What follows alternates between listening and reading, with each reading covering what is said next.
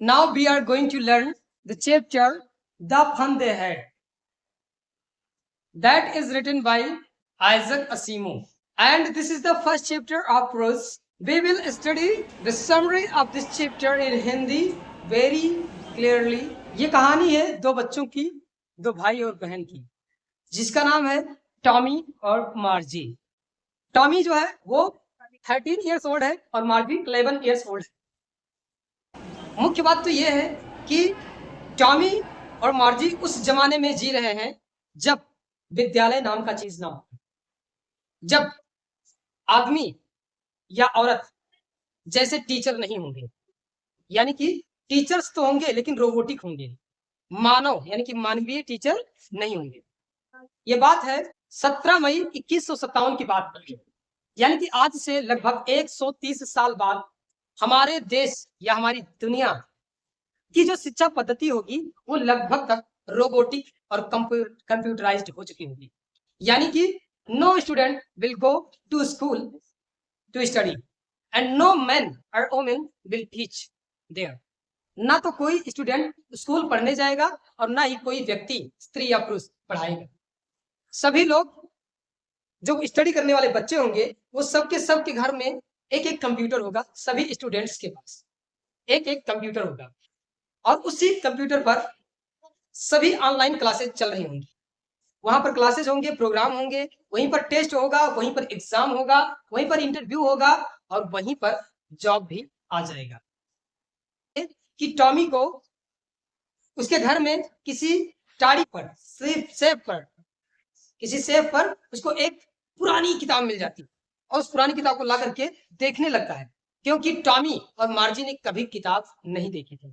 यानी कि आज से लगभग 130 साल बाद किताब नाम की चीज नहीं होगी। सारी किताबें ऑनलाइन, यानी जो भी पढ़ना है वो सारी चीजें ऑनलाइन आपको दिखाई जाएगी। ठीक है, तो उसको किताब मिलता है तो मार्जी कहती है मुझे भी दिखाओ ये क्या है। वो कहता है कि किताब है और मुड़ा थोड़ा क्रिंकली सा बुक होता है, पीला पड़ चुका होता है, बहुत पुराना होता है, लगभग 100 साल पुराना होता है, कहीं टाड़ी पर पड़ा हुआ। उसको देख करके टॉमी पढ़ता है और मार्जी उससे मांगती है पढ़ने के लिए। दोनों लोग पढ़ते हैं और मार्जी कहती आई हेट स्कूल, मुझे स्कूल से नफरत है। अपने डायरी में लिखती है 17 मई 2157 के दिन। उसकी डायरी में ऊपर शीर्षांकित होता है 17 मई 2157 और उसमें लिखती है आई हेट स्कूल। और यह बात भी लिखती है कि 17 मई 2157 के दिन टॉमी को एक क्रिंकली बुक मिला। टॉमी और मार्जी कहती है कि मेरे दादाजी के दादाजी कहते थे कि जब मैं छोटा था तब सारी कहानियां किताबों पर छपा करती थी और वो किताबों में देखती कि सारी चीजें कांस्टेंट है, रुकी हुई है अक्षरें, लेकिन हमारे उसमें कंप्यूटर में सारी चीजें चल रही होती हैं। जो मन कहे वो हम पढ़ सकते हैं, जो किताब मन कहे डिलीट कर दें, अनइंस्टॉल कर दें। और अगर हम ये किताबों को, ये वाली किताबें जो हैं, इसको अगर हम पढ़ लिए, पढ़ने के बाद क्या करें, फेंकना पड़ेगा। तो दैट इज द वेस्ट, ये वेस्ट है। इस तरीके से वो लोग स्कूल के बारे में बात करते हैं, स्कूल के बारे में चर्चा करते हैं। और एक दिन की बात है, मार्जी का कंप्यूटर जो है वो ब्लैंक हो गया था। ब्लैंक का मतलब खाली पड़ गया था और उस पर लाइनें पड़ गई थी उसके कंप्यूटर में, जिसको देखने के लिए उनके क्षेत्र का निरीक्षक यानी कि कांटी इंस्पेक्टर देखने आया और वो गोल मटोल सा चेहरा लिए हुए था, छोटे हाइट का था। तो मार्जी ने सोचा ये क्या ठीक कर पाएगा, लेकिन जो कांटी इंस्पेक्टर था यानी कि निरीक्षक, वो आया और मार्जी के सर पर हाथ फेरा और उसको एक सेब दिया, बोला कि खाओ तुम इसको, तब तक मैं आता हूँ। और गया और उसको मेंटेन किया उसके कंप्यूटर को। लेकिन मार्जी सोच रही थी कि ये क्या ठीक कर पाएगा, लेकिन वो जल्दी ठीक करके बहुत कम टाइम में वापस आ गया।